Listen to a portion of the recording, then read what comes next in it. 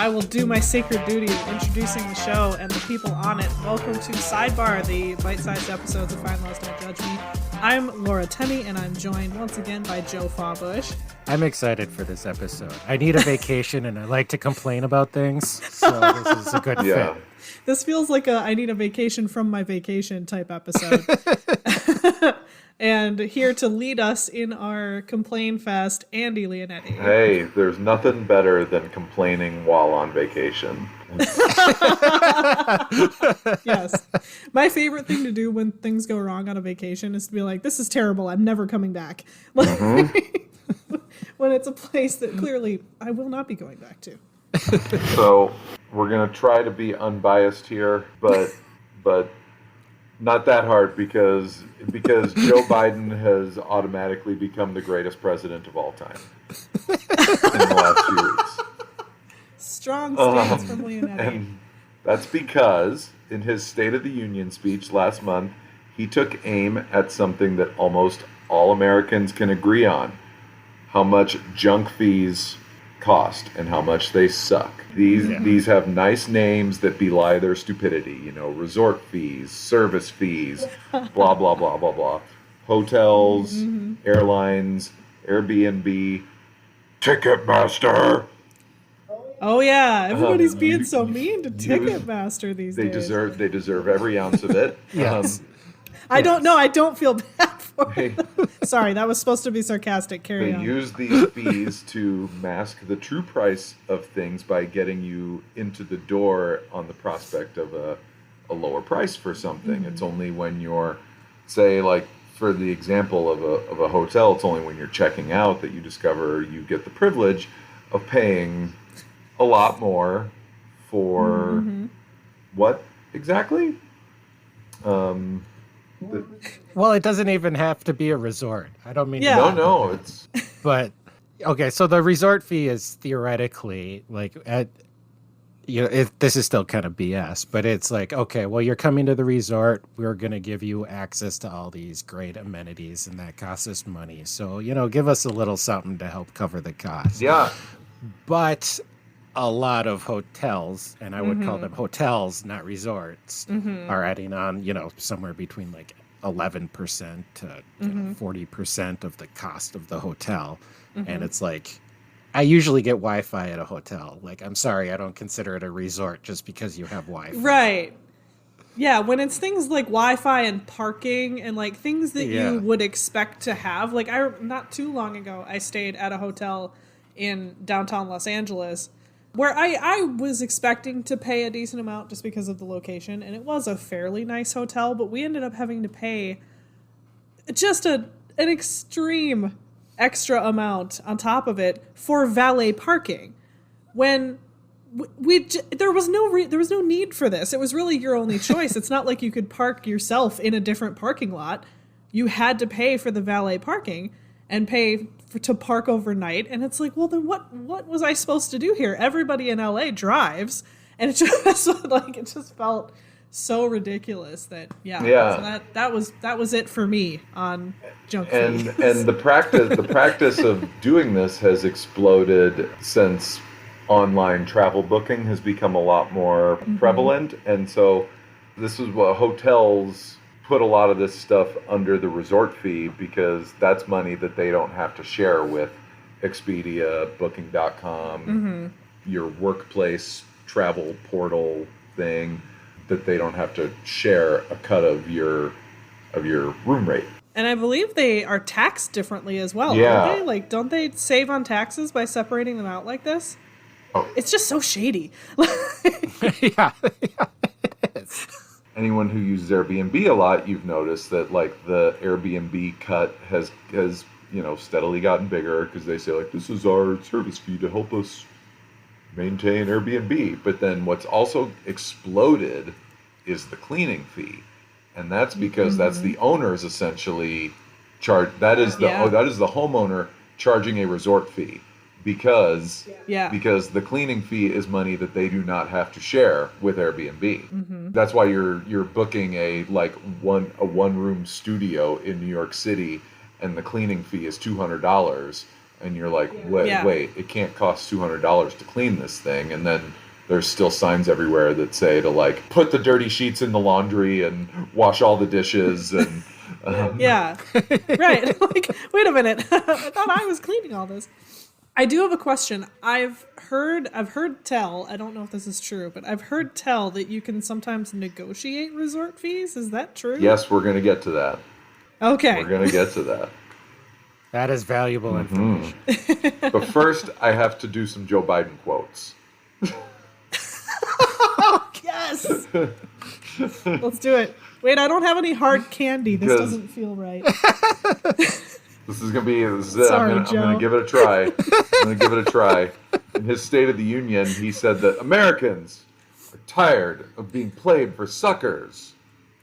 It's un-American, folks. It's not who we are. We've written a bill to stop all that.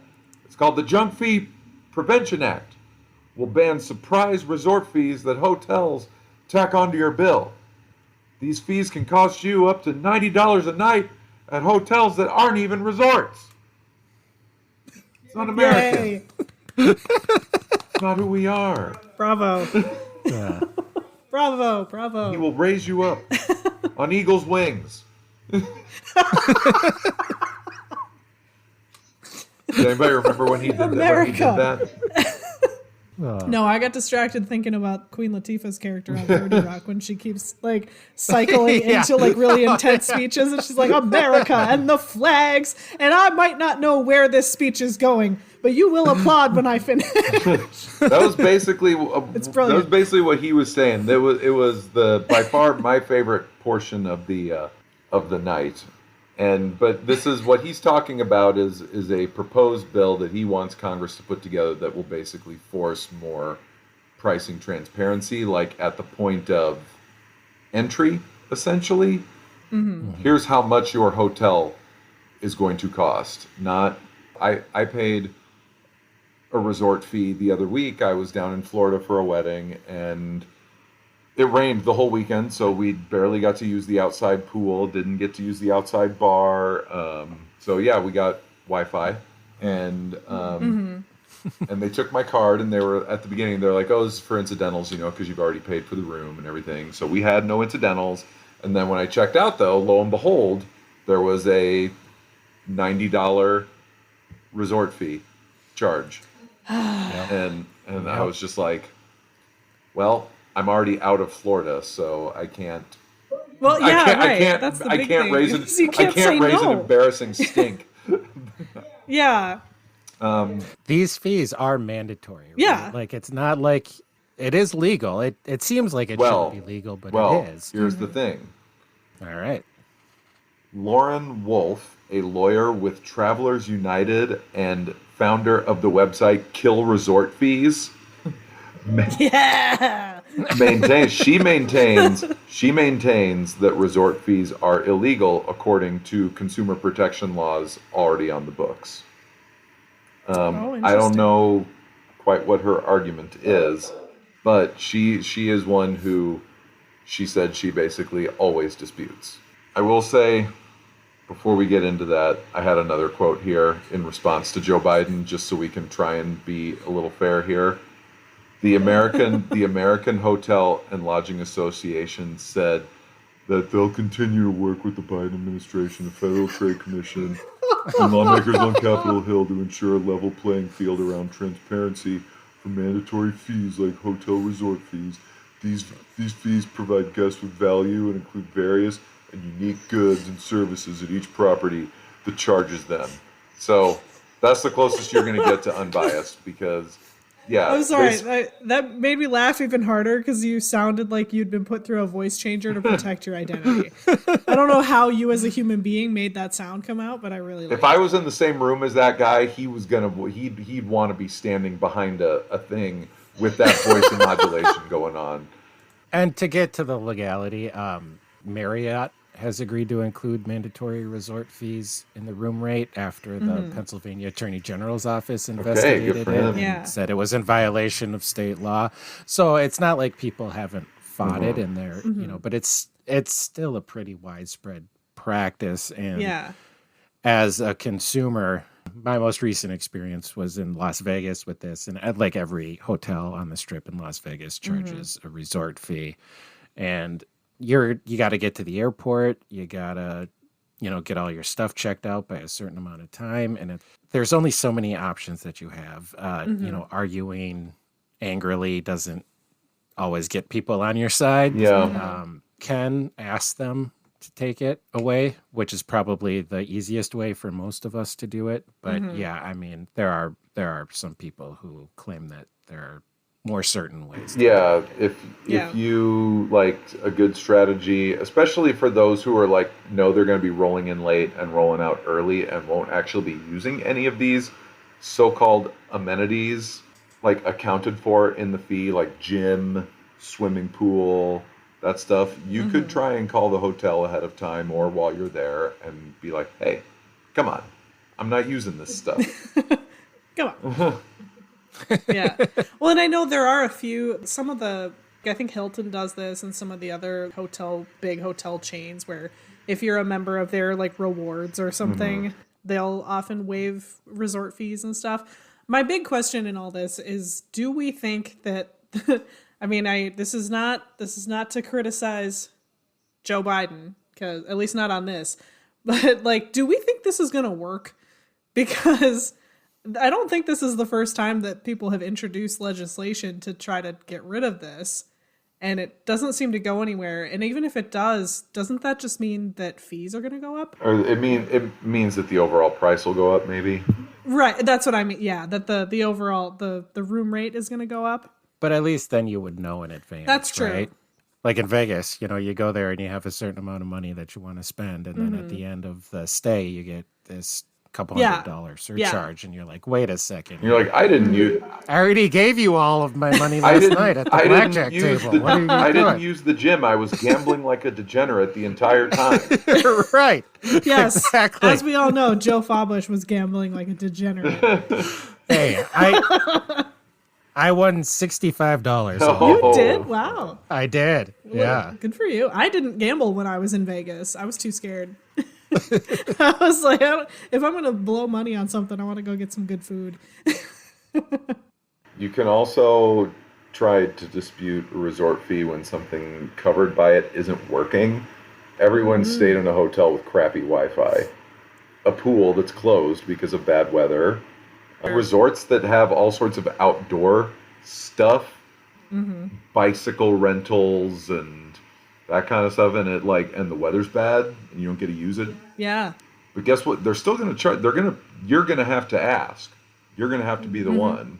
And it could also work for people with mobility issues. I read about John Morris, who writes the blog wheelchairtravel.org, frequently gets fees waived because many of them aren't accessible to him. But when a hotel refused to remove a fee, he filed a civil rights complaint with the DOJ because one of the things covered by the resort fee was a shuttle service. It couldn't accommodate a wheelchair. Yeah. Oh, okay. And that makes sense. The hotel there refused to waive the resort fee, and he went straight to the DOJ. Which like, goodbye. Yeah. Honestly, good for you. He said at which point then the hotel offered to refund him, and he refused. Oh my gosh. Little late at that point. Yeah. Yeah, and Lauren Wolf of Kill Resort Fees, she suggests if negotiation gets you nowhere, next thing you can do is dispute the fee with your credit card company, because it'll show up on a different line item in your credit card bill as the actual booking of the hotel. She said your credit card company might ask for documentation. One example would be to send them the hotel's own website, advertising, free wireless internet, then show them your bill when they charge you for internet that you didn't receive, and then show the credit card company that there was no exchange of service for the hotel resort fee. Yeah. They might not do it, but it's something you could try. And then she also suggests filing a consumer complaint with your state attorney general's office. Just anytime you get a resort fee, File a complaint with the consumer division of that state's attorney general's office. Oh man, I don't want to do like I have a hard enough time coming back from vacation and getting my laundry done. Like, I don't want to do that. I'm in the same boat. Yeah, that suitcase just stays in the closet for like a week. Or disputing a charge might be a better way than for some people. Like I am a really bad negotiator. I get rolled all the time. Oh, Andy. In many different aspects of my life. It's not including by me and Joe. All the time. Yeah, but I just in times when negotiation is involved, we'll say. And so for a lot of people that can be pretty uncomfortable, and like especially like those hotel front guest workers at like Vegas resorts, like they're trained like to know that you're going to come for them, and they're going to be like, nope, I'm sorry, sir. I'm sorry, ma'am. I'm sorry. Mm-hmm. Yeah. So I think a lot of these tactics depend on how big of an a-hole you're willing to be. How right. Uncomfortable you're willing to make other people standing in line in the lobby. Right. That's very true. But they do have your credit card information, and chances, they don't have to do that. I mean, if you want to pursue it, if you want to file something with the Attorney General's office, but once they have your information, they have your information. So if they say they're going to charge you, it's after the fact that you try to handle it. By all means, fight for yourself. Figuratively, but not literally. You know what I mean? Like, yeah. Well, and who knows? Maybe, maybe I'm literally. I want definitely you, not literally. I want you quaking with rage. I did nearly. Nope, I'm not going to say it. I nearly caused a scene in an airport one time, and I think I got what I wanted because I was about to cause a scene. I'm not super proud of that, but it was a really, really bad day, and I was stuck in Newark for 22 hours, and I was 20 years old and had been away from home for a year. And what'd you get out of it? I got put on standby like I wanted to. Mm-hmm. Nice. Yeah, sometimes you got to stand up for yourself. But hopefully, I hope I didn't sound too cynical earlier when I said, will this even work? But hopefully this will go somewhere so that things will at least be more transparent and people can know what they're going to pay when they're looking online. Yeah. And seems a reasonable ask. Yeah, but in the meantime, annoy your state attorney general and say, what are you doing to crack down on junk fees in our state? And see what they say. And be like, maybe you should do something about that. Maybe at some point, Ticketmaster will be brought before the International Criminal Court at The Hague.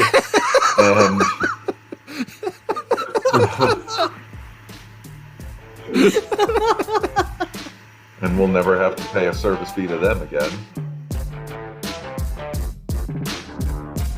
Thanks for listening to Sidebar from FindLaws Don't Judge Me. We'll be releasing these every other week between our full-length episodes. Please subscribe to, rate, and review our show wherever you listen to podcasts. And if there's a topic you'd like to hear us cover, send us an email at FindLawPodcast@ThomsonReuters.com.